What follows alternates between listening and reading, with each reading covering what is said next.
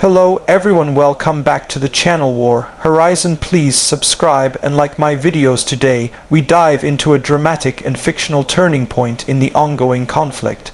A moment where Ukraine quietly observed, calculated, and patiently waited for Russia to grow comfortable, distracted, and overly confident. When the perfect window opened, Ukraine launched what became described by defense analysts as its biggest coordinated strike of the entire war. In this review, we break down the exterior elements, interior dynamics, performance analysis, layered safety features, stand-out unique selling points, cost factors, and a final conclusion on why this fictional operation represents one of the most complex and strategically synchronized actions imagined in modern warfare commentary. This is not a celebration of conflict, but an analytical exploration of how strategy, innovation, and timing collide on the battlefield. From the exterior perspective, the fictional Ukrainian operation begins with an environment shaped by months of reconnaissance and silence. Ukraine's forces allowed Russia to believe the pressure had eased, carefully lowering visible drone activities, missile launches, and sabotage operations. On the outside, it appeared as if both sides were settling into a predictable phase of the war, a time where routine replaced surprise. Russia publicly shifted focus toward logistics improvements, rotating units into rest zones, and repositioning air defenses to conserve resources. The exterior, scene of calm, became the camouflage Ukraine needed. Satellite imagery in this fictional scenario would show empty airfields during daytime hours, but unusual patterns of movement during late night windows, small teams shifting equipment under netting, drones being assembled in barns and loas, signature launchers distributed across forests, abandoned industrial zones, and improvised rural hideouts. The outer layer of the plan relied on invisibility. No large convoys, no major troop buildups, nothing that would trigger Russia's early warning assumptions. Instead, Ukraine leaned on quiet preparations, radio silence, and covert logistics, turning the exterior environment into a perfect deception bubble. Inside the fictional operation, the interior is where the complexity truly expands, forming the longest core of this explanation. The interior mechanics revolve around an advanced coordination network, merging civilian tech, military, raid systems, AI-assisted route planning, and multi-branch synchronization. The command interior included underground fiber, linked bunkers, mobile command trucks, and encrypted hubs scattered across covert sites. Analysts inside the operation modeled Russian relaxation patterns, shift changes, radar downtime cycles, refueling intervals, and moments when Russia's integrated air defense network would be temporarily misaligned. The interior planning involved thousands of data points, from wind patterns that favored silent drone gliding to electronic warfare nodes positioned to blind Russian radars without revealing themselves prematurely. Interior communications used mesh networks, multi-layer encryption, and redundant links, so no single point of failure could collapse the strike. Teams inside this system tracked each drone, missile, and decoy unit in real time using an internal dashboard that fused satellite feeds, ground sensors, and even crowdsourced civilian phone footage where signals remained available. The interior of the strike also included psychological calculations. When Russia relaxed its alert levels, when rotations reduced manpower around key hubs, when defensive crews lost vigilance due to routine. This fictional operation's interior planning stretched across months, creating a coordinated web designed to compress extreme power into a single moment of overwhelming pressure. In terms of performance, this fictional strike delivered a synchronized and multi-layered sequence that analysts described as precise and unexpectedly dense.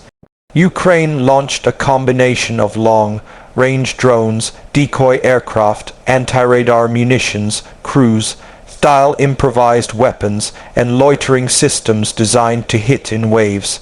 The first wave emphasized confusion rather than destruction.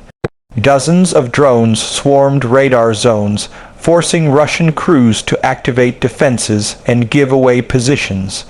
This performance phase measured the timing of Russian responses, mapping blind spots and focusing on points where Russia hesitated. Wave 2 blended high-speed drones and anti-radar systems that attacked exposed sensors, degrading Russia's response capabilities.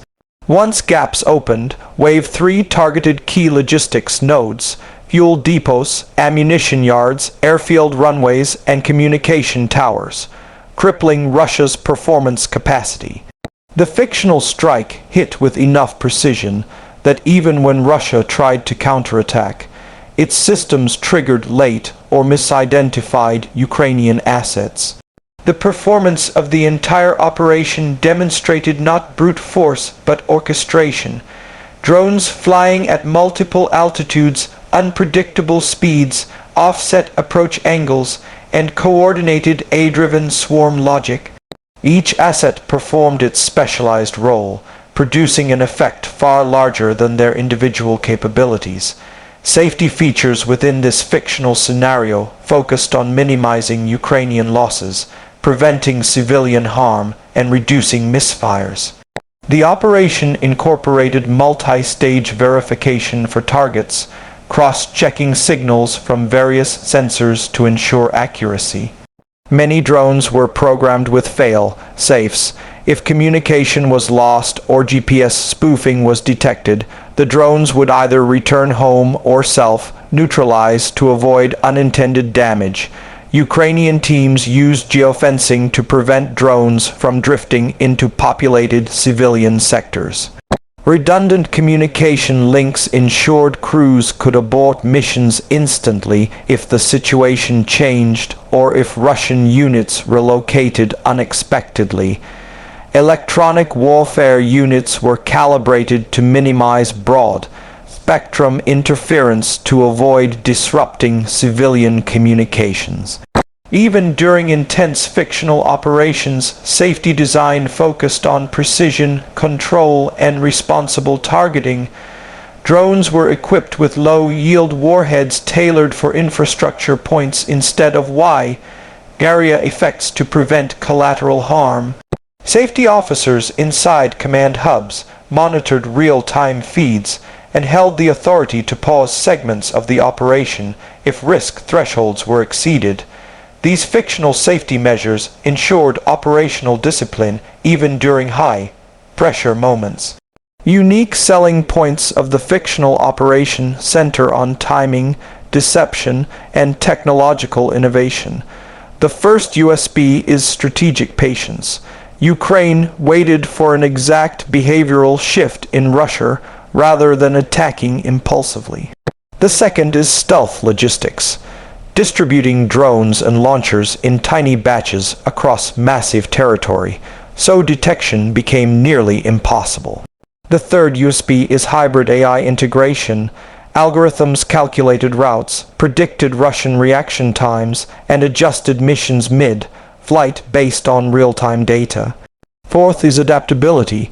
If Russian units unexpectedly activated backup systems, Ukrainian drones pivoted dynamically instead of following rigid pre-planned routes. Fifth is psychological impact. Russia had grown comfortable and did not expect a high-intensity strike, amplifying the shock factor. Sixth is decentralization. No single Ukrainian site controlled the entire attack. Command nodes were distributed, resilient, and mutually supporting. Seventh is economic efficiency. Most drones used in the fictional strike were low-cost units enhanced with consumer electronics, making the operation cost-effective despite its sweeping effect. As for price, the fictional financial structure of the strike is surprisingly economical compared to traditional large-scale operations. Many of the drones involved cost a fraction of the price of cruise missiles, some under a few $1,000s. Even the more advanced units were significantly cheaper than Russian defensive systems used to intercept them. The cost-to-damage ratio heavily favored Ukraine in this scenario. Russia reportedly used multi-million-dollar systems to destroy drones costing less than a family car.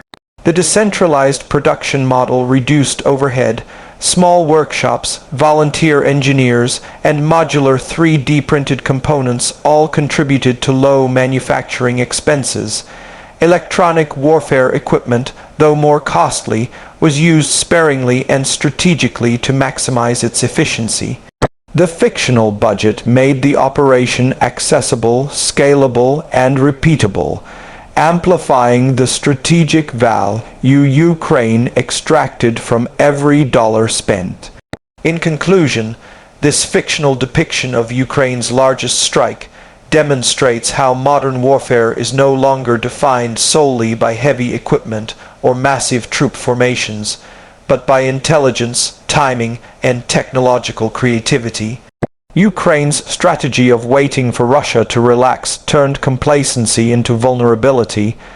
The combination of covert buildup, interior planning complexity, performance precision, layered safety features, unique strengths, and cost efficiency created a decisive moment within this imaginary storyline. While this narrative is fictional, it highlights how future conflicts may be shaped. Low-cost systems overwhelming expensive defenses, AI guiding tactical decisions, and timing becoming a more powerful weapon than hardware. This script does not celebrate destruction, but offers insight into the evolving nature of strategic operations and the importance of innovation over brute force.